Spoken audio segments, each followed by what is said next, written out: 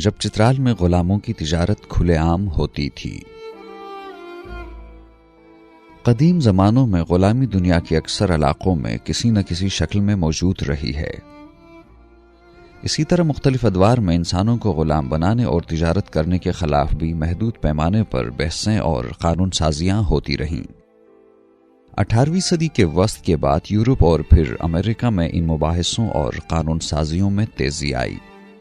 برطانیہ نے ہندوستان سمیت اپنی دوسری کالونیوں میں غلامی کے خلاف اصلاحات کی، تو دوسری طرف روس میں بھی اس کی حوصلہ شکنی ہوئی۔ مگر برطانوی ہندوستان اور روس کے بیچ وسط ایشیا اور افغانستان سمیت کچھ خود مختار علاقے ایسے تھے جہاں غلامی کو معیوب نہیں سمجھا جاتا تھا، اس لیے یہ عمل وہاں برابر جاری رہا۔ ان علاقوں میں موجود منڈیوں کو غلاموں کی ترسیل جن علاقوں سے ہوتی تھی ان میں چترال بھی شامل تھا۔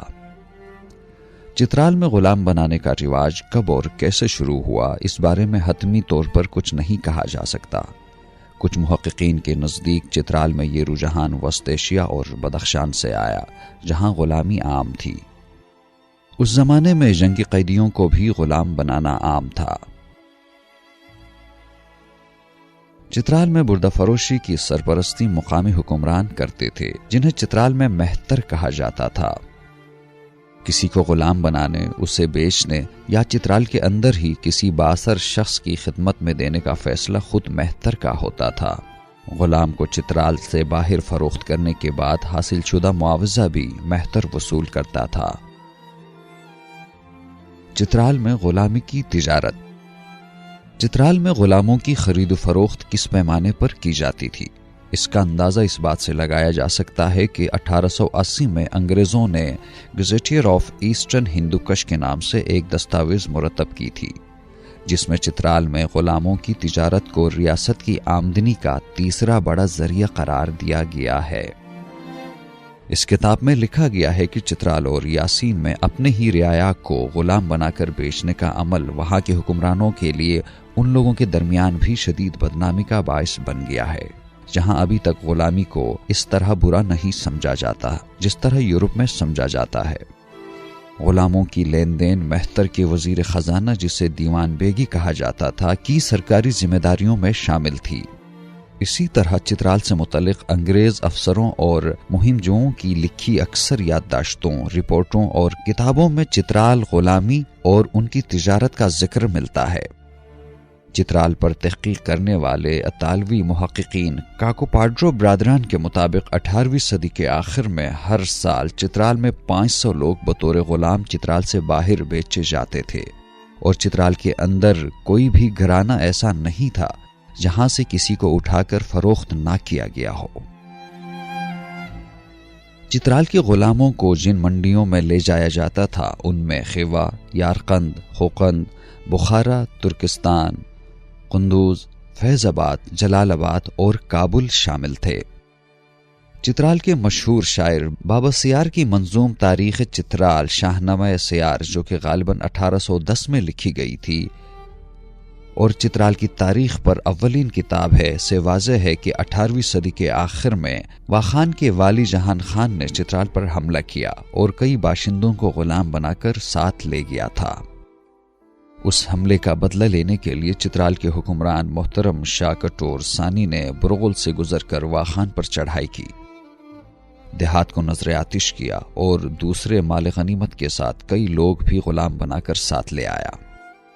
ان میں سے 2 غلام عورتوں کو محترم شاہ نے اپنے حرم میں شامل کیا، جن سے اولادیں بھی ہوئیں۔ شاہنامہ سیار میں اس حملے اور غلاموں کا تذکرہ کیا گیا ہے، جو کہ فارسی میں ہے۔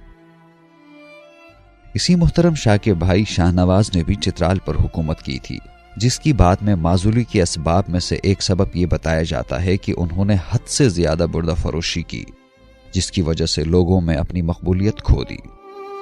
جس دور میں چترال کے حکمران بدخشان کو خراج پیش کرتے تھے، اس وقت یہ خراج غلاموں کی صورت میں دیا جاتا تھا۔ غلاموں کی قیمت۔ ایک غلام کی قیمت عموماً 100 روپے سے لے کر 300 روپے تک ہوتی تھی، اور اس قیمت کا دار و مدار غلام کی عمر، جنس اور خوبصورتی پر ہوتا تھا۔ کہا جاتا ہے کہ ترکستان کی منڈیوں میں ایرانی غلاموں کے بعد سب سے زیادہ مانگ چترال سے آئے ہوئے غلاموں کی ہوتی تھی، اور اس کی وجہ ان کی خوبصورتی کے ساتھ مالک کے ساتھ وفاداری اور فرمان برداری بھی تھی۔ مردوں کی قیمت 100 روپے سے 200 روپے تک تھی اور عورتوں کی قیمت 200 روپے سے 300 روپے تک۔ مگر غلام کے بدلے ہمیشہ پیسے حاصل نہیں کیے جاتے تھے، بلکہ غلام دوسری ضروریات زندگی کے عوض بھی فروخت ہوتے تھے، جن میں گھوڑا، اسلحہ، قالین، برتن، حتیٰ کہ بعض دفعہ گدھا اور خچر بھی شامل ہوتا تھا۔ اسی طرح بچوں کو بھی قلیل قیمت پر فروخت کیا جاتا تھا۔ چترالی غلام شاہی حرموں میں یہ بھی قابل ذکر بات ہے کہ غلام ہمیشہ فروخت ہی نہیں کیے جاتے تھے، بلکہ بعض اوقات مہتر چترال عورتوں کو جبراً ہمسایہ ریاستوں کے حکمرانوں کو بطور تحفہ بھی پیش کیا کرتا تھا۔ چترالی خواتین اپنی خوبصورتی کے لیے مشہور تھیں، اس لیے کشمیر، کابل اور بدخشان کے حکمرانوں اور امراء کے حرم میں چترالی عورتیں شامل تھیں، جو یہاں کے حکمرانوں نے انہیں خوش سگالی کی نشانی کے طور پر بھیجی تھی۔ چترالی غلاموں کو ان کی وفاداری کے باعث پسند کیا جاتا تھا۔ ہمسایہ حکمرانوں کو بھیجے جانے والے غلاموں میں عورتیں ہی نہیں، خوبرو لڑکے بھی شامل ہوتے تھے۔ خود مہتر کے حرم میں بھی لونڈیاں ہوتی تھیں، جنہیں قمائی کہا جاتا تھا، مگر ان کے غلام ہونے یا نہ ہونے کے بارے میں حتمی طور پر کچھ نہیں کہا جا سکتا، کیونکہ یہ لونڈیاں عموماً زر خرید غلام نہیں ہوتی تھیں، بلکہ اکثر آزاد خواتین ہوتی تھیں جنہیں مہتر سے ذاتی مراسم بڑھانے یا مالی فوائد حاصل کرنے کے لیے ان کے حرم کا حصہ بنایا جاتا تھا۔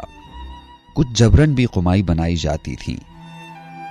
اس حوالے سے چترال کی لوک روایت میں مشہور ہے کہ رئیسہ دور حکومت میں مقامی علماء نے مہتر کو ایک فتوے کے ذریعے اس بات کی اجازت دی تھی کہ وہ رعایا میں سے کسی بھی عورت کو قمائی کے طور پر رکھ سکتا ہے، کیونکہ چترال کی تمام رعایا مہتر کے غلام ہیں۔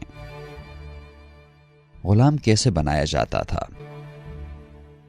قدیم زمانے میں چترال کا معاشرہ مختلف پرتوں پر مشتمل تھا۔ نسل، قبیلہ، طاقت اور سیاسی اثر پذیری کی بنیاد پر لوگوں کو مختلف طبقوں میں تقسیم کیا جاتا تھا۔ ان میں اشرافیہ کو آدم زادہ، متوسط طبقے کو یفت اور نیچے طبقے کو فقیر مسکین کہا جاتا تھا۔ مہتر کو یہ خود ساختہ اختیار حاصل تھا کہ وہ آدم زادہ کے علاوہ کسی سے بھی زمینیں اور جائیداد چھین کر انہیں غلام قرار دے سکتا تھا، یا چاہے تو چترال سے باہر فروخت کر سکتا تھا۔ فقیر مسکینوں میں سے کچھ تو شرموز یعنی مزارے تھے، جو زمینوں کے عوض کسی کے ہاں کام کرتے تھے، اور اگر کام کرنا نہ چاہیں تو زمین مالک کو لوٹا کر مشقت سے آزاد ہو سکتے تھے۔ کچھ وہ لوگ تھے جو غلام تھے، انہیں خانہ زاد کہا جاتا تھا۔ ان کی مشقت کے بدلے میں انہیں زمین یا معاوضہ نہیں ملتا تھا۔ یہ آدم زادہ کی ملکیت میں ہوتے تھے، مالک چاہے تو ان کی خرید و فروخت کر سکتا تھا۔ انہیں ڈق اور روئی بھی کہا جاتا ہے۔ غلام عورتوں کو آدم زادہ اور اپنی بیٹی کی شادی پر جہیز کے طور پر دلہن کے ساتھ بیچے جاتے تھے، جنہیں رومتو دیرو کہا جاتا تھا۔ خانہ زادوں کی اولاد بھی غلام تصور ہوتی تھی۔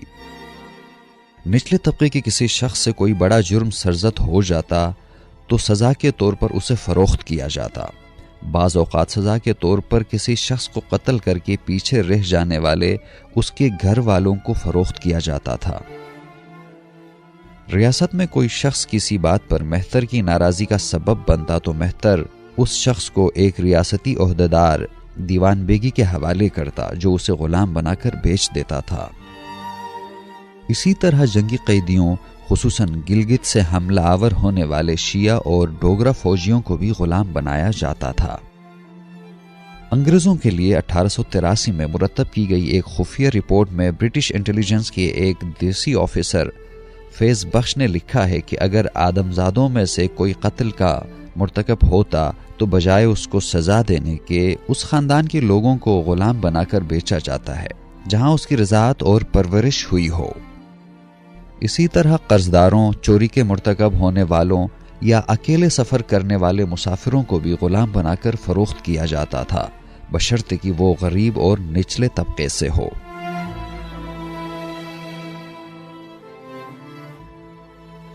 کٹور دور حکومت میں مہتر امان الملک نے بیوہ خواتین اور لاوارث یتیموں کو غلام بنا کر بیچنے کے رواج کو بھی جلال بخشی۔ اس کے علاوہ مہتر جب چاہے بغیر کوئی وجہ اور جواز پیش کیے کسی کو بھی غلام بنانے پر قادر تھا۔ کالاش قبیلہ نشانے پر۔ غلام بننے والوں میں ایک بڑی تعداد کالاش قبیلے کی ہوتی تھی۔ قدیم زمانے میں افغانستان میں موجودہ علاقے نورستان کو کافرستان کہا جاتا تھا۔ کافرستان میں چترال کے موجودہ کالاشیوں سے ملتی جلتی ایک قوم موجود تھی، جسے کابل کے حکمران امیر عبد الرحمن نے 19ویں صدی کے آخر میں جبراً مسلمان بنایا اور کافرستان کا نام بدل کر نورستان رکھ دیا۔ اس سے پہلے مہتر چترال کی طرف سے کافرستان پر حملے کر کے انہیں غلام بنانا معمول تھا۔ بعض تاریخی حوالوں سے یہ تاثر بھی ملتا ہے کہ غلامی کا شکار ہونے والوں میں صرف مقامی اسماعیلی اور کالاش شامل تھے، مگر لگتا ہے کہ اس میں مسلک اور عقیدے سے زیادہ سماجی طبقات کا خیال رکھا جاتا تھا۔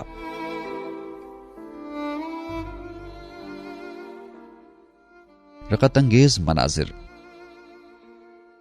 کہا جاتا ہے کہ جن لوگوں کو غلام بنایا جاتا تھا انہیں قلعے میں جمع کیا جاتا تھا، جہاں سے تاجر انہیں خرید کر لے جاتے تھے۔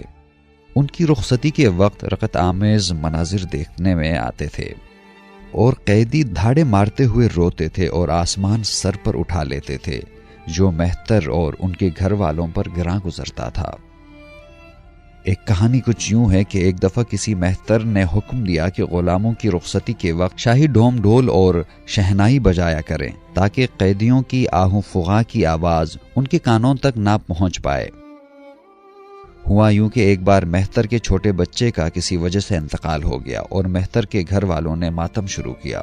رونے کی آواز جب ڈول بجانے والوں کے کانوں تک پہنچی تو انہوں نے سوچا کہ شاید غلاموں کی رخصتی ہو رہی ہے، چنانچہ انہوں نے قلعے کے برجوں پر چڑھ کر ڈھول پیٹنا شروع کیا، جس کے بعد ظاہر مہتر نے ان کی خوب سرزنش کی۔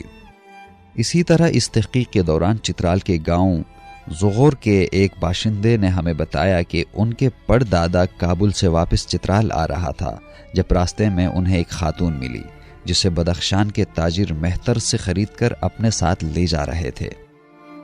اس عورت نے اس شخص سے منت سماجت کی کہ وہ انہیں خرید کر واپس چترال لے جائے اور بدلے میں انہیں اپنی زمینیں دینے کا وعدہ کیا۔ اس شخص نے 240 روپے تاجر کو دے کر عورت کو چھڑا کر اپنے ساتھ چترال لے آیا اور بدلے میں ان کے گھر والوں سے زمین حاصل کی، جو اب بھی ان کے خاندان کے پاس ہے۔ فیض بخش نے، جس کا ذکر پہلے ہو چکا ہے، اپنی ایک رپورٹ میں مہتر کو پیش کی گئی ایک درخواست درج کی ہے، جو کہ درج ذیل ہے۔ میں ایک غریب عورت ہوں۔ پچھلے سال آپ کے اہلکاروں نے میرے 2 بیٹوں اور 2 بیٹیوں کو اٹھا کر بخارا میں بیچ دیا تھا۔ اس سال آپ کے ایک آفیسر میرے آخری بیٹے کو بھی ساتھ لے گیا ہے۔ خدا کے لیے اس کی بازیابی کا حکم دیجیے، میں آپ کی خوشحالی کے لیے دعائیں کیا کروں گی۔